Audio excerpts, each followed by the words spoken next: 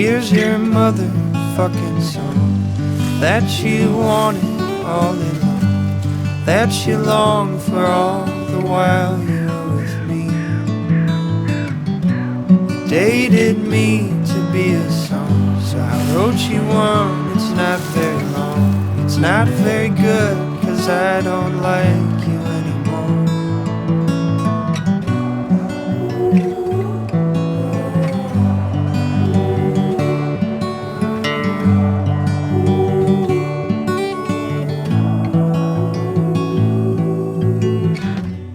Here's your motherfucking song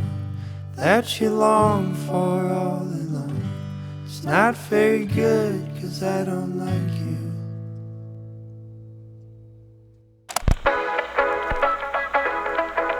はい。というわけでね、今日は、僕がこの間新しく組んだ、このリグ、かっこいいでしょこれのね、話をしていきたいなと思います。まずね、そもそもカメラリグっているのって話だと思うんですよね。ミラーレスカメラを使ってるほとんどの人っていうのは、大体僕も含めて裸の状態で使ってると思うんですよ。っていうのも、その方がね、圧倒的に機動性が高いっていうのは、これ事実なんですけど、時にね、機動性よりも、確実性を優先して、外部モニターだったり、外部レコーダーをね、使いたい場合だったりだとか、あとは、作品性を優先して、シネマカメラとか、キャラクター性の強いレンズを使用したいっていう時ありますよね。あとはね、単純にね、リグを組んでると、かっこいいし、プロっぽいっていう。これもね、結構重要ですよ。クライアントさんたちっていうのは、何に高いお金を払ったかっていう納得感とか、安心感が、やっぱりただのミラーレスカメラ一丁で現場に現れるよりは、これで来る方がね、圧倒的にあるのかなと思います。で、僕はね、この作品性っていうと、やっぱり、このね、ブラックマジックのカメラで撮った映像がすごい好きなんですよ。なんでこんなにいいんだろう。やっぱりブラマジがハリウッドの映画的なルックっていうのを追求して設計してるからだと、思うんですけど、ただね、このポケットシネマカメラ、そのまま使うには、めちゃくちゃ使いづらいんですよ。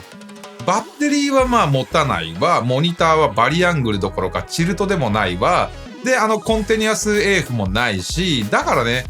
ポケシネに関してはもう本当特にこういったリグを組むっていうのは、ほぼほぼもう必須になってくるわけですよ。で、今日は、僕がね、このスモールリグのパーツから、いろんな自分の理想的な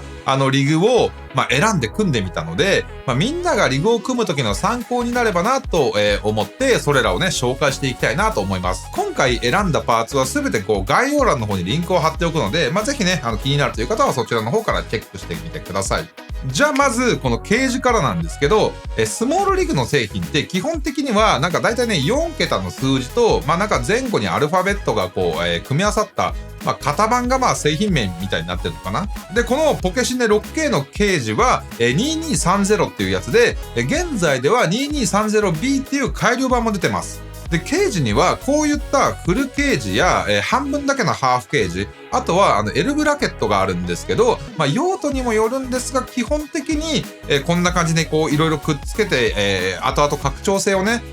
確保しておくっていう意味では、フルケージが僕はおすすめかなと思います。で、まずね、このケージに最優先で付けたいのがこのトップハンドルなんですけど、僕が選んだのは HTN2439B っていう、NATO タイプのもので、選べるね、トップハンドルの中では、15mm のロッドとか、3つのコールドシューとか、そういうのがね、ここに付けられるようになっていて、かなり拡張性の、高いものになってます。っていうのもね、NATO レールに取り付けるこのトップハンドルは、こんな感じで簡単にね、取り外しが可能なので、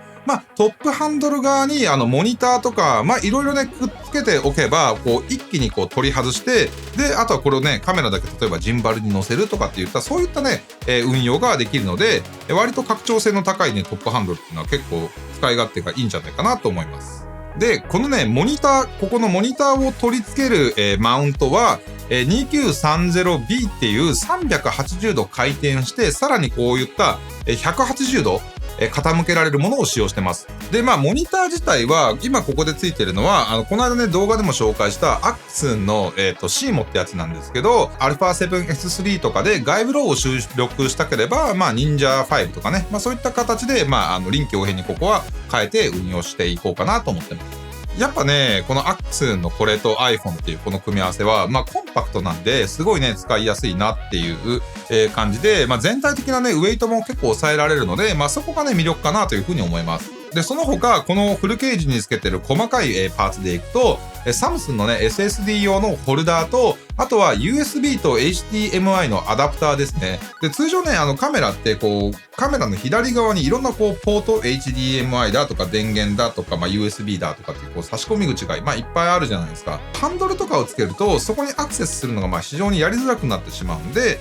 なので、今回このアダプターを介して、そのね、まあ邪魔にならないように、ここにね、HDMI と USB のポートっていうのを、まあ移動させてます。で、今紹介したパーツだけだと BMPCC だと全然まだ不十分で、例えばね、こうしたこう、ロッドとか、こういうのを取り付けて、さらにこう、いろいろ拡張していきます。このロッドを取り付けるには、この下にね、こうベースプレートが必要で、このベースプレートはね、クイックリリースがついているので、この上のケージとの、まあ、脱着っていうのも簡単にできるようになってます。で、まずね、このロッドに取り付けるのは、この V マウントバッテリーなんですけど、今回は FX ライオンのナノワンっていうバッテリーをここに今付けてます。FX ラインは、まあ、映像業界では、まあ、非常に高い、評価を得ているバッテリーで、このナノシリーズは小型かつ、その DTAP とか USB タイプ A とか C とか、あとはマイクロ USB とか、いろいろなそのね、電源の入出力っていうのをこのバッテリー側に備えてて、で、カメラ本体やリグに取り付けてる、まあ、こう様々なこのアクセサリーにね、これから一気に給電することができます。で、もう一個ね、このロッドに取り付いてるのが、ここにあるね、まあ、フォローフォーカスのモーターなんですけど、これがこのハンドルとセットになってるんですけど、これがね、マジックフィズっていう、ハンドグリップタイプのフォローフォーカスです。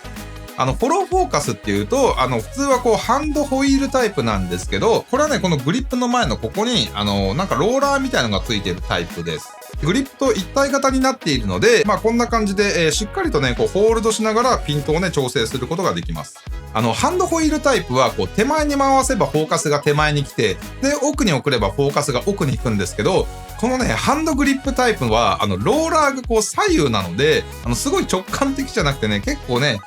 ピントを送る方向を間違えるんですよ。これはね、ちょっとね、慣れが必要ですね。で、このね、マジックフィット自体は、モーターとはワイヤレスで繋がってるんで、ハンドグリップを外して、で、フォーカスマンと連携して、撮影するなんていうこともできます。ハンドホイールと、このね、このグリップ部分、ここをね、合体させることもできたりなんかするんですよ。で、ハンドグリップは、まあ、USB かキヤノンの LPE6 バッテリーで駆動します。モーターは USB か、まあ別売りのね、LPE6 バッテリープレートを、まあ取り付けて動くんですけど、まあハンドグリップが LPE6 バッテリーで駆動している場合は、ここにあるね、USB ポートから、給電できるようになっているので、そこからね、このモーターをつないで、まあ駆動させるなんてこともできます。はい。というわけで、まあ現状はね、ざっとこんな感じなんですけど、まあ僕もね、まだまだこのリグ育成中なので、まあ最終形態ってわけじゃないんですけど、まあ今後もね、こういろいろとこう試行錯誤しながら、まあオレオレ最強リグを考えて組み立てるっていうのは、やっぱね、めっちゃ楽しいですね。で、特にね、このフォローフォーカスがあれば、もうほんとね、レンズの幅がぐんと広がるので、まあヴィンテージレンズだったりだとか、まあアナモルフィックレンズっていう、まあ多くのそういったレンズっていうのは、まあマニュアルフォーカスなので、まあよりね、そのキャラクターを活かした、まあ作品っていうのが作れるのがやっぱりね、魅力かなと思います。あとね、一個忘れてた。こういった、シームレスなね、フォーカス、ギアリングっていうんですか、こういうやつ。で、これね、結構おすすめなんですよ。よくね、こう、レンズの太さに合わせて変えられるやつあるんですけど、あれ意外とね、こう、緩かったりして使いづらいんですけど、これね、ゴムみたいになってて、まあ一応こう、付けられる径っていうのは、まあいろいろ決まって、で、それに合わせてね、まあ何個かバリエーションはあるんですけど、これであれば、しっかりとね、こうレンズにこうつけて、このモーターが回した時に、なんかちゃんとうまく回らないみたいなこともあるんで、フォローフォーカス使う方ね、このスモールリグのこれすげえね、おすすめです。安いし。なんか多分1個2、3ドルだった気がする。はい。というわけでね、本日の動画は以上になります。リグにね、興味があったんだよなっていう方の参考になればいいかな。はい。またね、みんなの最強リグも組んだら、もうちょっとね、ぜひ、こう、僕と情報シェアしましょう。ということで、Twitter とかでもね、ぜひ教えてもらえると嬉しいかなと思います。はい。というわけで、本日は以上となります。どうもご視聴ありがとうございました。ピース。